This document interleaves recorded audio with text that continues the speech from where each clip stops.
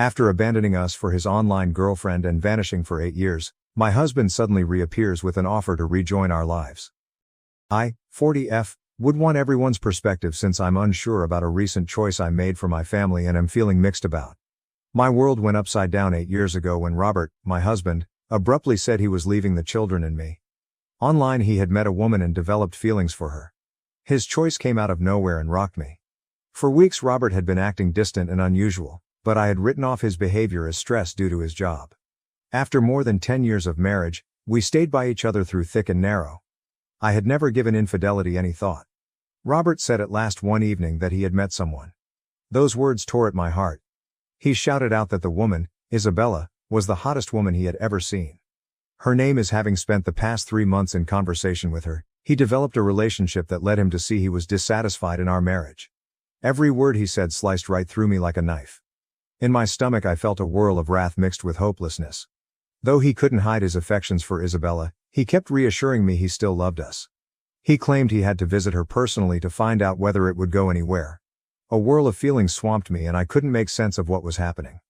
Our house seemed as though its walls were squeezing in on me. As I questioned him whether he was leaving us and the kids for this woman, my voice faltered. He nodded hesitantly, stating he had to do this for himself even if he wasn't sure I would grasp. Having given it a lot of thought, he was scheduled to meet her and begin a fresh life. He advised me he was prepared to help us financially as much as he could, but he had to follow his heart and satisfy the love of his life. All around me the world collapsed. It still astounded me that my husband was leaving our children and me for someone he had never personally known. Screaming, pleading, doing anything to get him to remain came first. But from his countenance, I realized he had already decided what to do. There was no reverse. Robert left us to tell our kids their father wouldn't be returning, moving out the next week. At 9 years old, Emily asked 1,000 questions, but I knew no responses. Just 4 years old at the time, Nathan clung to me as though he felt something was badly wrong and struggled to really understand the gravity of the situation. During this period I felt numb and broken. My children were the only thing keeping me from drowning in my grief. When I first told my family about Robert, they responded exactly like me. They simply couldn't comprehend why on earth my husband of so many years would do something like this. Although my parents encouraged me to pursue this legally, at the time in my life I lacked much to inspire me. I still thought my spouse would return to us. When Robert's parents learned their son had left us, they looked completely devastated and powerless. He repeated the same narrative even though they begged him to come back over several calls. Days finally stretched into weeks, then weeks into months. I was left to gather the fragments for the kids as well as for my benefit. Around us, our family and friends came together to provide encouragement and a sympathetic ear. Though the hurt of my husband's betrayal persisted, I concentrated on securing a job so Emily and Nathan would have a steady home. Robert's parents were quite helpful during this period. They provided financial support and watched the children whenever I needed a break. 8 years have gone by and Robert's only remembrance in our life now is a far-off one. Apart from that, he never contacted the children or me. He used to send us money on occasion. Over the years, I have essentially turned into a single mother, working non-stop to raise her kids and give them the love and care they so richly deserve. Emily stopped attempting to get in touch with her father and learnt not to bring him up even though she thought about him sometimes. Nathan never even mentioned him since his memory was so much hazier.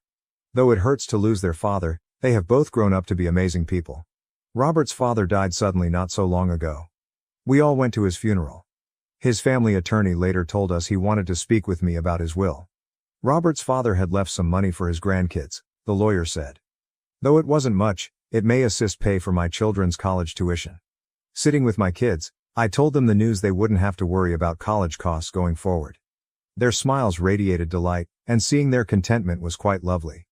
Knowing that after such a protracted period of uncertainty we have one less worry on our plate felt like a weight has been taken off. I got a call last week from a number I don't know. Unbelievably, Robert was on the other side of the line. After 8 years, I was speechless to hear his voice and felt a flood of contradictory feelings.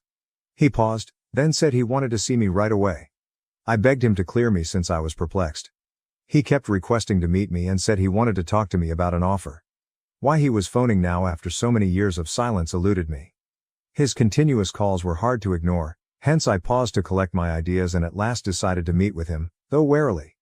The meetup was scheduled, and we agreed to meet close to my workplace in a cafe.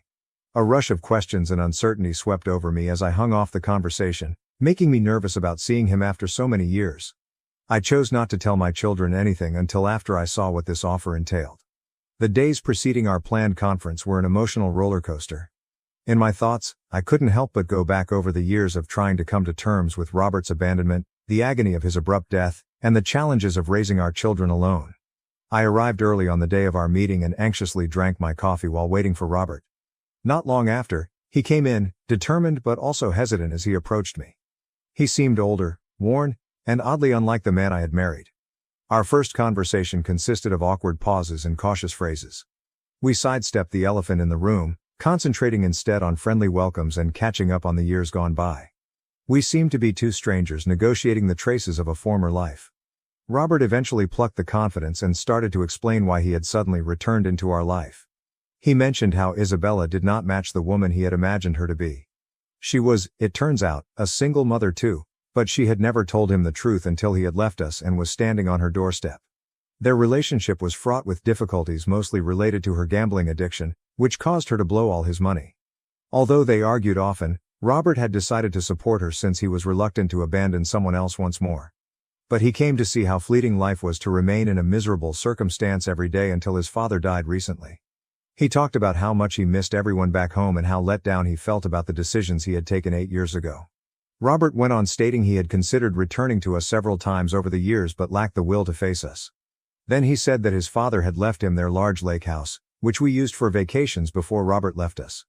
He informed me he wished to sell the house, therefore enabling him to be set for the rest of his life. Quietly nodding, I listened to him. Then Robert delivered a bombshell. He said he wants to return to us and provide our kids with opulent living. If I embraced him back into our life, he reassured me I would never have to work once more. He reassured me we could enjoy the rest of our lives free from financial concerns, but I looked at him with incredulity. Using the bequest to create a better life together, Robert basically wanted us to heal and offer our family a second shot. I gave Robert's comments much thought, knowing the possible advantages the inheritance could offer for our family. But it was impossible to forget all the years he had missed, leaving me to look after our kids. Though the concept of financial stability appealed to me, I couldn't overlook the suffering and resentment accumulated over years of his absence. I thus told him quite honestly that although I valued the offer, I couldn't forget the last 8 years. I said I had been juggling job and raising the children alone. Although we may not have everything, we led stable lives and I cannot risk subjecting my kids and me to suffering once more. I wanted to keep them safe and wasn't sure if I could ever rely on him not to vanish once more. Desperate, Robert kept begging me to change her mind. But I knew that if I let him back into our life, I would be greatly risking the stability of our family. Though the idea of turning down his offer hurt, especially given the financial comfort it may provide, I couldn't ignore the emotional scars he had left behind. Since my encounter with Robert, my parents have been urging me to change my mind about turning down his offer. They keep reminding me that following everything he has put us through, the least he could do now is provide our children and me a better life free from financial concerns. According to my parents, people may grow and maybe Robert has seen his faults and wants to really repair our family. They believe I am selfish and want me to put the comfort of my children above my pain. I had been battling my decision late into many sleepless nights. I haven't been able to get myself to share with my kids Robert's comeback. Their reaction to the news and their handling of the concept of their father returning into their life following 8 years of absence worry me. Between the terrible recollections of our past and the possible advantages of taking Robert's offer, I have second-guessed my own judgment. So Reddit, am I the bad guy for turning down Robert's offer and maybe holding my kids and ourselves away from a better life? Update 1. In a few days, people left hundreds of comments and messages for me. That most of you don't believe I'm in the wrong makes me happy. After considering everyone's recommendations, I realized it was time to talk candidly with Robert's kids. Having him resurfaced in their life and shocking them was the last thing I wanted. After supper, I sat Emily and Nathan down today to gently introduce the topic. I started by sharing with them the surprising return of their father and his offer to re-enter our life. Their expressions showed a mixture of uncertainty and interest as they worked to grasp what I was saying. Their responses differed depending on whether I told them he had inherited the lake house and wanted to sell it to aid us financially. Now 17 years old, Emily displayed a range of feelings, from shock to fury. She couldn't understand why Robert wanted to come back after so many years and was as perplexed as I was. She remembered the suffering she had experienced in his absence even if she also missed her father occasionally. Originally she said she had missed having a father figure in her life, but she finally learnt to live without him and no longer wanted him back. Now 12 years old, Nathan told us he didn't remember Robert at all, Hence he didn't really care about my turning down the offer. He battled to understand the whole ramifications of the circumstances. Since I valued their opinions and feelings, I informed them straightforwardly whatever they decided would happen. Nathan consented, claiming he was happy with things as they were. Emily said she had absolutely no want to meet him. Though the idea of maybe healing our family appealed to me. I knew the scars from the past ran deep and my children's welfare came first in my mind. Walking away from Robert that day in the cafe was the right decision I made. After that, I meant to discuss the next line of action with my parents. Though he departed before we could proceed with a divorce, I never intended on being married to Robert, against what most people believe. Although I lacked the means to challenge him at the time, I have come to see that there is no reason in keeping married to this man anymore. Update 2.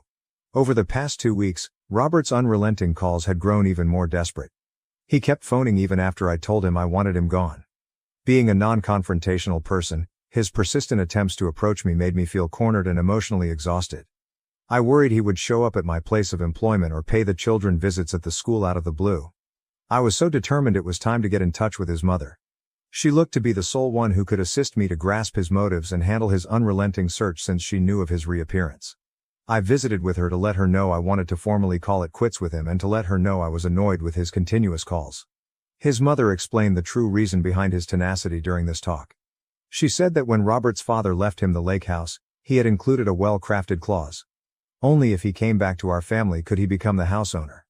I had to sign the paperwork also to support his claim to the house. This realization stunned and disgusted me. I at last realized why Robert had been following me for several weeks. His main motivation for getting in touch was to get ownership of the house, not a sincere want to atone or reconcile. The whole scenario seemed like a merciless emotional manipulation, thus I had to give much thought to my next action. It was time to act after I found Robert's actual goals. Especially one based on deception and secrets. I wanted to break out from a relationship. I have begun searching right now for a lawyer to assist with rapid divorce preparation. I have also discussed with my parents, who regret advising me to give his proposition some thought. They are encouraging of my choice to proceed with the divorce since they now realize he hasn't changed over the years. They are sorry for ever advising me to pay attention to him. I have blocked Robert so he cannot trouble me going forward. When I serve him with divorce paperwork, I want to see him personally. Update 3. My previous update 2 months ago and now I can at last offer a cheerful one.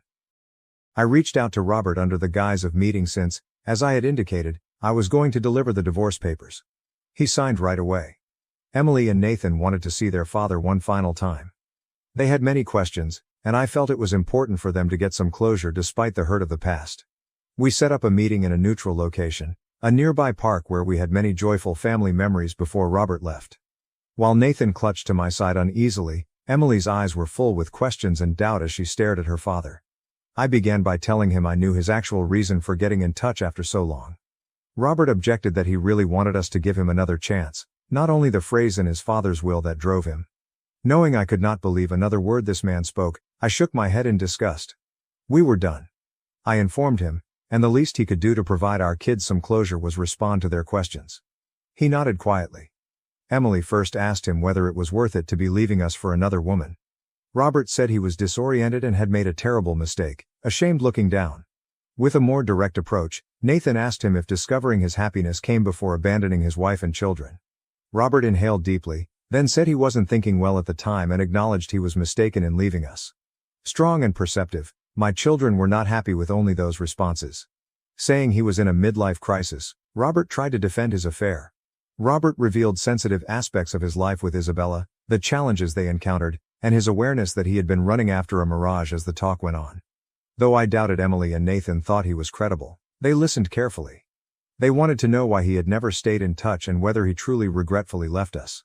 There was agony in the voices of my children. Robert said he had been paralyzed by his own guilt and had no idea how to deal with the fallout from his behavior.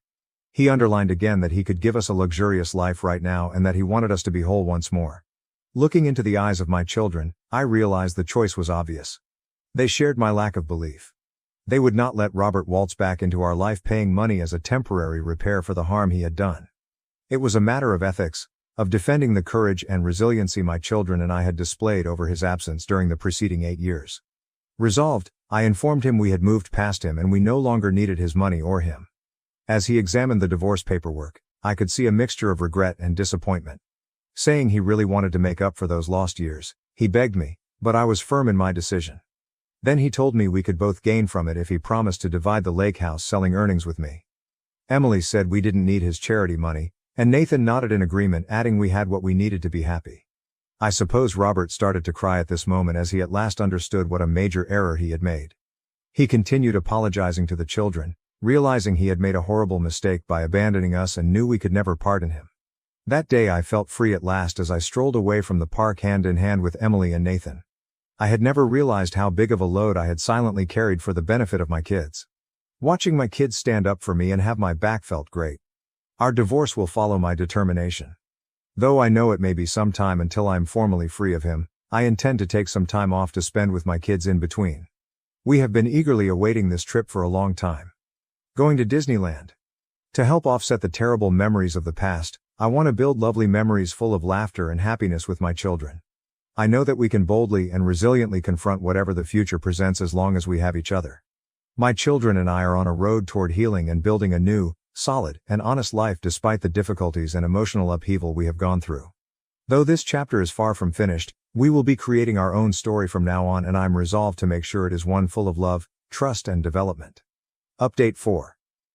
I have some fantastic news to share since my previous post. It feels like a major success since I was promoted at my job. It took me some time to get here, but at last I am making a decent living that will let me give much more for my family. Along with financial stability, the encouragement makes one happy to know that their effort has paid off.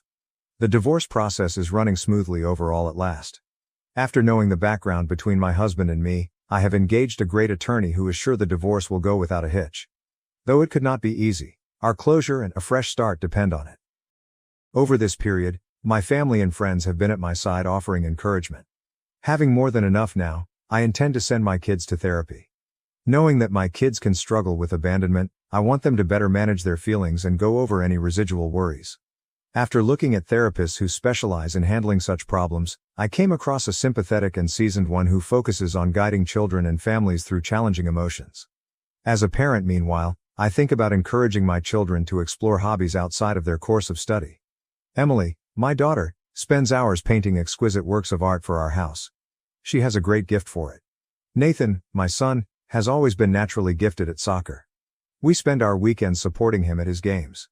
Seeing my kids living vibrant lives makes me proud. About Robert, we haven't gotten in touch, and I think it's better to keep it that way. As many of you rightly guessed, one day Isabella, his affair partner, approached me out of the blue. The message was hatred and animosity toward me for purportedly stealing Robert away from her, not an apology as one would expect from the other woman. She blamed me for their relationship failing and charged me with being the reason he left. Isabella attacked me in her letters, calling me names and leveling cruel charges. She asked me why I had brought Robert back to our family and said I had coached him. The messages were hostile and disturbing, and the degree of her wrath overwhelmed me. This woman had the guts to be upset with me when she was the reason my family split 8 years ago, and it astounded me. I answered her saying I was in the process of divorcing Robert and that I had no want to remain with him. She had no right to get in touch with me, so I reminded her of the suffering and uncertainty our family had experienced when Robert left for her. I underlined how my children had endured, and how our lives had been inverted all those years ago. I made it plain that I never wanted him back and that she should blame her gambling addiction and herself if she needed to assign blame. After delivering the message, I blocked her, hopefully preventing her from trying to get in touch once more. I want her to not ruin the quiet life my kids and I have created. Regarding Robert's mother, I do chat to her occasionally since she has always been polite to me. She wants me to do whatever it takes to be happy and admits her remorse on the way things have gone. Fascinatingly, his mother also stated that the lake house would not be coming to him as his father had intended, since my decision not to reunite with Robert would prevent that. Though it felt right, this discovery surprised me. Robert should pay the consequences, as his self-serving choices had not only destroyed our family but also hurt another. It is time to step forward and bid the past behind us. Although the road is difficult, the mending process is under active progress. With every day, our future seems more promising as my children are flourishing. My church banned our young worship leader for condemning Christian nationalism during a service. Other band members want to walk out. Original post. My church's youth group has a youth band that leads worship during youth, but the church also has them lead worship on Sunday mornings every few weeks, to promote the youth band when the usual worship team has a week off. I'm not in the band, but I often help with lyric PowerPoints along with another girl, but not when the band plays on Sundays. The main singer of the youth band is the daughter of a youth assistant, and the daughter is an assistant too. We'll call her Emma, she's 20. I'm writing because of what happened the last time the youth band led Sunday worship on 6/30. That led to Emma and her family leaving the church. In between one of the songs, Emma said she felt led to say that Christian nationalism wasn't of God, because forcing people to believe went against the basis of Christianity because God gave free will and too many Christians forgot that. She also said there would be no short and narrow path if people were forced to walk it, before saying Project 2025 was advertised as Christian but resembled nothing of God, because God never forced people to believe in Him. No one confronted her or anything, as it was brief, and they played a few more songs along with the closing song after the pastor finished his sermon. But when we got to youth on Friday night, Emma and her mother weren't there. And we were later informed, by the youth pastor, that Emma and her mom would no longer be helping the youth before a bunch of stuff about giving others the chance to be lead singers because Emma had left the church. However, word got out from one of the band's players that Emma told the band that she got banned during the week and that her parents left the church with her, so they already knew before we found out at youth. The reason I'm making this post is because of a conversation I had with the band and other PowerPoint girl. The same Friday the youth pastor announced it, and the conversation was private from the rest of the kids. Long story short, the band is upset about what happened to Emma, and they've been throwing around ideas on what to do. The one they're heavily considering is a walkout the next time they're scheduled to play on Sunday after playing the intro song. Service opens with an intro song before someone comes on stage to welcome everyone before worship continues, and they would voice support for Emma before walking out together. They haven't told anyone not associated with the band because they don't want anyone to spill the deets. But the main thing we're debating is repercussions from our parents and whether or not it's worth the risk. There's likely a few weeks until the band plays on Sunday again, and they still haven't decided on a new lead singer yet. I also want to add that the church didn't upload the worship portion of the service with Emma and only uploaded the sermon from that day. They always include worship on their YouTube upload of the service. Most of the concerns were around tuition punishments, as some of them have their parents helping pay, but they still want to do something.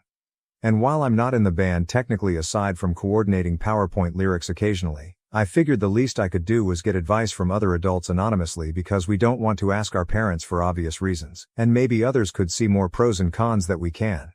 I appreciate any advice that anyone gives and will relay it to the band too. Thanks to anyone who read this too. Edit. I forgot to add this detail in my post, but the pastor of our church has used the pulpit to speak politics in the past and has even mentioned support of a presidential candidate on numerous occasions, along with other political topics on occasion too, Roe v. Wade and gay rights. So while I agree that politics probably shouldn't be spoken in church, some of the band said that Emma was tired of the often political topics being brought up during sermons, thus why she said what she said. First update. I want to thank to everyone who commented on my original post, because it was way more than I expected, and many of you had really helpful advice. This is a small update with some really surprising things that happened since. First, the band is still going through with the walkout, and they're keeping it within the band so that no other kids tell their parents who might tell leaders. It would have been awesome to include others, but the risk of the church catching wind was too great. Second, we have a date of 8/4 when the youth band will do worship for the adults again. Third, the youth pastor appointed a singer from within the group who will take turns singing on Sundays with future participants in the coming weeks. Fourth, the new singer agreed that the church's handling of Emma was BS. Fifth, and most exciting, 2 of the band members told non-religious relatives about the situation and fear of punishment, and they agreed to come to the service and let them head to their cars in the parking lot straight from the walkout, for safety. They won't leave the lot in case some parents try to claim kidnapping, but will be in their cars if all goes well, and the rest of us are going to ask our relatives too.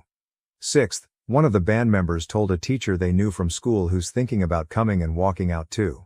And seventh, one of the band members wrote a little something that the lead singer will read before they walk off stage, and it would be great if anyone with editing experience could help to make it clearer or provide advice on what to add. They tried to keep it short. I will make a post about their write-up in the near future. Here's how we hope it happens.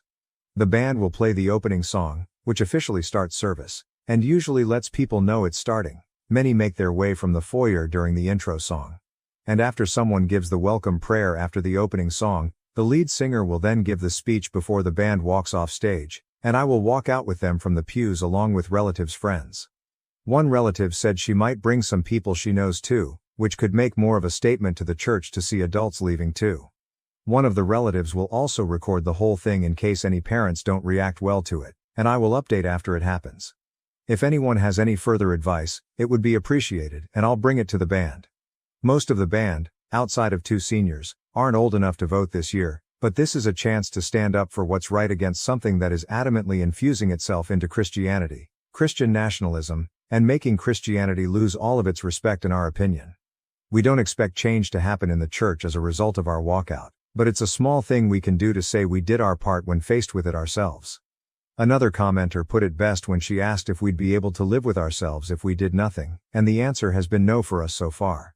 I also want to add something I forgot to clarify in my first post. Emma didn't say what she did out of the blue. She had been vocal about the pastor talking politics for some time according to the band, and I've seen much of it too. However, a lot of people sent DMs disagreeing with the band's decision. So before I get into it, I want to give specifics of what the pastor has done. The pastor mentioned Trump from the pulpit numerous times, including the aftermath of the 2020 election, to voice discontent over the results. He has also celebrated Roe v. Wade's overturning from the pulpit, Pride Month during June, and even compared Trump's legal trial to how Jesus was persecuted leading up to his crucifixion. Things that have no place being vented about from the pulpit, and this has happened over the course of a few years. I received a few DMs in the aftermath of my first post, and some were encouraging while others not so much. A few people, who said they were Christians, said that Emma was wrong to use the microphone to hijack the service with her words because she should have talked to the pastor first while calling her actions immature. However, when I showed the band the advice from my posts, I also told them about the DMs, and they said that Emma spoke to a leader about the pastor's political sermons in the past. But nothing came from it as he continued to speak politics from the pulpit frequently.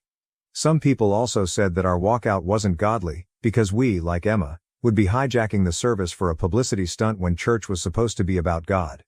Some people called us immature, among harsher things. But we disagree for 2 reasons. First, who is supposed to call out the misuse of the pulpit if not people who attend the same church where it's misused? A few DMs said to do nothing and pray for God to change the pastor's heart, but he's been doing this for years. And second, the Bible gives guidance on how to call out improper behavior in the church in Matthew 18:15, 17. Dealing with sin in the church. 15. If your brother or sister sins, go and point out their fault, just between the 2 of you. If they listen to you, you have won them over. 16. But if they will not listen, take 1 or 2 others along, so that every matter may be established by the testimony of 2 or 3 witnesses. 17.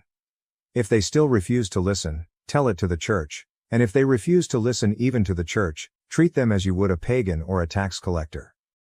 Emma has already talked to a leader one-on-one, and the band has voiced displeasure about Emma's ban to the youth pastor, only for him to disagree and say that Emma was out of line. Regarding the part about tell it to the church, I suppose the how might be up to interpretation. Maybe telling the church means telling a church leader instead of the congregation on stage. But Emma and the band have talked to various leaders, including an elder too, aside of our youth leader, only for years of political rants from the pulpit to continue. When Jesus flipped tables in Matthew 21:12, we believe he did it because people were using the temple to sell things that had nothing to do with God, and we believe that politics falls into the same boat. Someone commented a link in the comments of my first post that I never saw.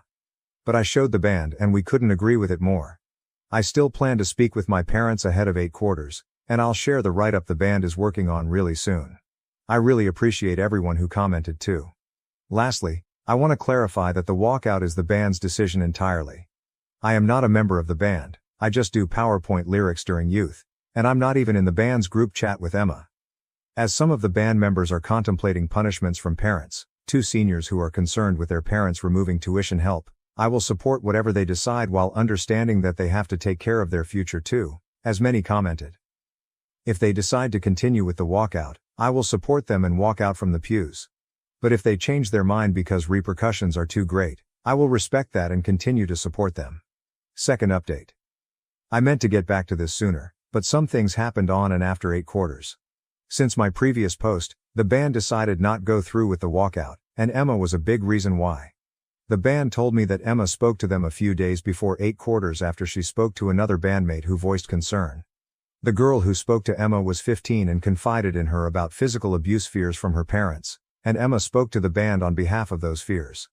Emma also referenced some of the fears that the senior bandmates had about losing tuition support and told them that it wasn't worth risking their futures. Emma, unlike the band, had a full-time job to support herself, but some of the band was still tied to their parents for years. She pretty much told them to go with their gut if they had fears about repercussions from their parents, as the 15-year-old girl had. And the senior who feared losing tuition said that his parents threatened him with it in the past about something else, which is why he thought of it. I wasn't present when the band spoke to Emma because I'm not a member of the band. I only do PowerPoint lyrics and they tell me what songs before youth group, but they told me and the other PowerPoint girl afterward. So instead of playing on 8 quarters, the band collectively, and privately, resigned to the youth pastor at youth group the Friday before 8 quarters, and none of them played on 8 quarters. They also told their parents that they would before doing so, and a few of the bandmates said they were never forced to join the youth band by their parents. They simply volunteered. But that didn't mean they weren't gonna say anything about Emma's treatment. They just wanted to in a safer environment that wouldn't risk embarrassing their parents in front of the congregation, which could cost them privileges. Instead, they decided to share their write-up with Emma, who was planning on posting her own explanation of her ban from the church. Emma posted her explanation along with the band's write-up to her socials on 8 quarters regarding why the band collectively resigned, and a few bandmates decided to repost it on their socials.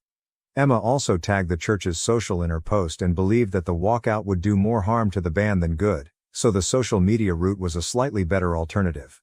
Not as many people will see it, but we believe potential rumors and gossip might do their thing. A few of the bandmates also told their parents that they would no longer attend that specific church.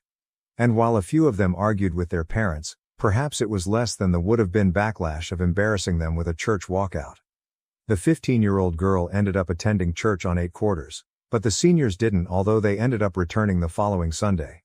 None of them, including myself, have attended youth group since the Friday right before 8 quarters, and I didn't attend on 8 quarters either. 2 unexpected things also happened. I received a DM from someone who said that they were from a Christian news outlet. And while I never heard of their outlet before, they asked permission to share the band's story in one of their newsletters anonymously, not including the band's names or the churches, and the band said they'll pray on it and weigh the decision. Additionally, a pastor reached out in DMs and said that he was encouraged by their story. He also said that pastors were supposed to hold each other accountable and asked for the name of the church so that he could reach out pastor to talk, but Emma and the band are undecided on this at the moment. They said they're going to pray on it along with how it's important to make sure it's a real pastor and that no harm will come to the church, and I told the pastor that I'll get back to him. Emma also told the band that her parents haven't talked to her much since her church statements, and that's because of arguments that they had. Some people thought that Emma's parents left the church in support of their daughter getting banned, but that wasn't the case. Her parents were banned too, and Emma said they didn't appreciate being blindsided by Emma's statement and received some backlash for them. Emma still stands by everything she said, but they aren't talking at the moment. The last thing I'll say is about me and how I feel about everything, and I'll leave the band's statement from Emma's post afterward. This was the last straw in a long line of stuff for me from this particular church, but it goes further than that. I struggle to understand how parents can care more about church appearances more than the needs and desires of their kids, and I'm not talking about bad things. I'm talking about normal things, and Emma's statement said it better than I could. Emma said that God gave everyone free will, but the 15-year-old girl vented about physical abuse in regards to not wanting to go to church in the past, and that is the opposite of what God taught. God didn't force people to believe in Him, but some parents take away privileges if they refuse to fall in line with God and their church. I barely even have any friends myself, and I'm not even in the band group chat. The band told me everything secondhand and none of them are my friends. They hang out together outside of church, but I only have one other friend from church because I've been homeschooled for all of my life because my parents think public school is too secular. I can't even do official sports aside from sports played in the church field that our homeschool group uses, so I can't do leagues or be on any teams like high school. I just wish my parents would have let me go to school, but apparently they don't think their religion is strong enough for me to go to school and supposedly not lose my faith. Kinda like they've been keeping me on training wheels for 17 years. Personally, I need a break from church. I know not all churches are bad because the one I happen to grow up in is questionable, but I've decided I'm not a Christian because I said the salvation prayer when I was like 7 or 8, and I don't think that counts. You don't know what you believe at that age because all you have is heavy bias from your parents, and I need a break to be unbiased in the future after my pastor has made some questionable decisions in recent years, venting politics in the church like the people who sold things that weren't of God before Jesus flipped tables. I'm going to try and learn about other religions because Christianity is all I ever knew, so I've stopped considering myself a Christian internally of late. Doesn't mean I'll never return, but I need a long break from Christianity because just thinking of modern Christians makes me sick. Too much hate disguised as Christianity and political overlap. I know there's good ones, but I have to broaden my perspective. And without a long break, I won't be able to be non-biased in my search.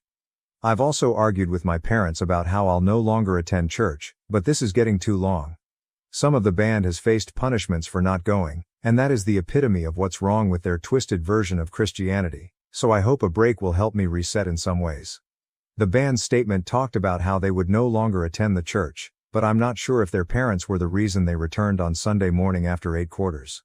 Regardless, here is the write-up that they shared with Emma, and it's longer than what they likely would have been allowed to say before the walkout if someone cut their microphone, which is an advantage of social media in this case. This is the band write-up that Emma posted alongside her explanation of how she was banned. As Christians, we are called to worship Jesus Christ. But how does one become a Christian? By making a choice no one else can make for us, but the last part is something too many Christians forget. Jesus never forced anyone to follow him. Joshua 24:15 tells us to choose whom we will serve. But many have forgotten the part about free will and believe that fusing religion with conservatism is the way. The sole purpose of Christianity is a personal relationship with God. It has nothing to do with Christian nationalism, and those who try to use our faith as an excuse to control others are false prophets. As Christians, we shouldn't judge others because we are not God. But since our church has banned Emma and lied to the youth about how she chose to leave, we can no longer play or remain in a church where the pastor uses the pulpit to preach other than the gospel, and we pray that the true Spirit of God returns someday. New update. Something has been bugging me recently that I need to get off my chest, and I will at the end. I have not attended church in a few weeks, and I hope I never do again. My parents aren't thrilled, and we've talked about it. They haven't forced me to come, but this situation was the last straw for me. Since my previous update, one of the senior bandmates called to see how I was, and he gave an update on what's been happening since Emma's post that featured their statement. The senior who called me, John will say, has started community college. The other senior whose parents threatened to withdraw tuition has not. That senior was punished for quitting the band. The senior who called me was not. The 15-year-old girl who replaced Emma as the lead singer was forced to return to church by her parents along with another boy who was in the band too. Emma remained in contact with the band after the post, and he briefed me on what's been happening with her. Emma encouraged the two seniors to find a new church. The senior who was punished said he wasn't interested and only attended church because his parents forced him for much of his life. He also said he wouldn't attend church in the future because he wasn't ever really religious to begin with. The senior who called me, and wrote most of the statement, said he was tired of church hypocrisy and that the situation made him never want to attend church again, instead opting to practice privately on his own. Emma was sad that the situation soured their opinion of church, but she was also not looking for a new church to take time to find herself. When John asked if I would look for a new church, I told him no, but wasn't too specific other than saying I was tired. I'm going to be more specific here because some things have really been bothering me. A lot of comments said that we gave them hope for future generations of Christianity. But just reading that pissed me off personally, and I'm going to be more blunt than my previous posts. Personally, I hate modern Christianity in this country. I know it's not God's fault that many Christians are so hateful these days. But my distaste goes years before this incident because I feel like I never had a childhood. I'm fucking homeschooled for all my life because my parents think public school is too secular. Don't have many friends besides one, and my social skills suck because my only exposure is Sunday service and youth group twice a week. They police what I wear because of purity, and they didn't even let me do sports or anything fun that kids do growing up. But more than that, I'm scared with no one to talk to. My parents based my entire life on a religious that has no proof of its existence whatsoever. And when I tried to voice my fears in the past, they say I should know better, which is not substantial evidence. What's gonna happen when my time on earth ends if there's no God or judgment day? All of my life would have been wasted on invisible beliefs, never truly living to please something that doesn't exist. I'm honestly terrified of that. Who am I to blame one day if they were wrong? I won't be able to blame anyone because it'll be too late. That doesn't seem like a way to live life. It's already too late for me to have a childhood. I just hope someone can ease my fears until I can afford to talk to a professional, so I'll keep my DMs open for any advice despite seeing a few comments calling me and the band cowards for not doing the walkout. It hurts to see comments saying that we gave hope for future generations of Christianity because Christianity is my parents' reason for never giving me a childhood. I'm done with Christianity because of that fear. I don't have enough substantial evidence to base my life on a what-if invisible God, and I'm already 17 having barely lived at all. I want to go to college, live a little, sometimes drink and date someone not in church because it's my last chance before 9-5 working for the rest of my life, but I can't do that with constant guilt from purity and everything else extreme Christians try to guilt you with. Many thought I was passionate about Christianity from my last posts. But to be honest, I've hated Christianity long before this mess as a result of my distaste for homeschooling. It just felt good to be able to stick it to the church with the band's walkout idea and eventual post, using their scriptures against them for a change. But by no means am I passionate about Christianity when so many people use it to control lives like mine through homeschooling, and I hate that I know so much of the Bible too. And when you add how hateful and politically infused it has become in recent years, I want nothing to do with it because I don't want to be associated with it.